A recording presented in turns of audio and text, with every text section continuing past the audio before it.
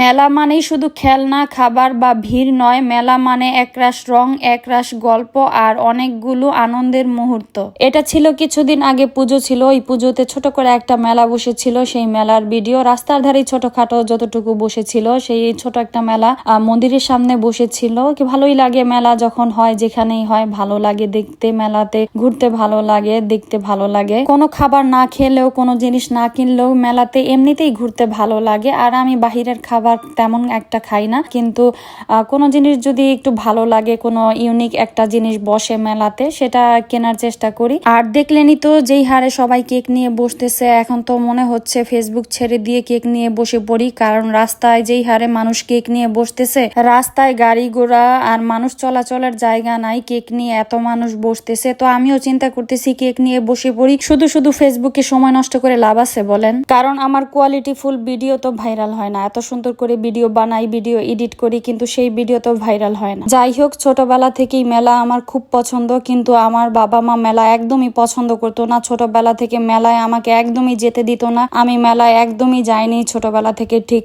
তেমন খুব কম গিয়েছি। আমার দাদা একবার নিয়ে গিয়েছিল, আমার মনে আছে, কিন্তু এরপর থেকে আমি কখনোই যাইনি। আমার বাবা মা আমাকে যেতে দেয়নি। তো এখন আমি মেলা বসলে আমি যাওয়ার চেষ্টা করি। আমার কাছে খুবই ভালো লাগে, অনেক আনন্দ লাগে। এখন আমি মেলা দেখলে বা মেলায় উপস্থিত হলে মনে হয় সেই ছোটবেলায় ফিরে যাই। খুবই ছোট একটা মেলা আপনাদের সাথে শেয়ার করলাম। কেমন লাগলো আমাকে অবশ্যই কমেন্ট করে জানাবেন। Thanks for watching. আল্লাহ হাফেজ।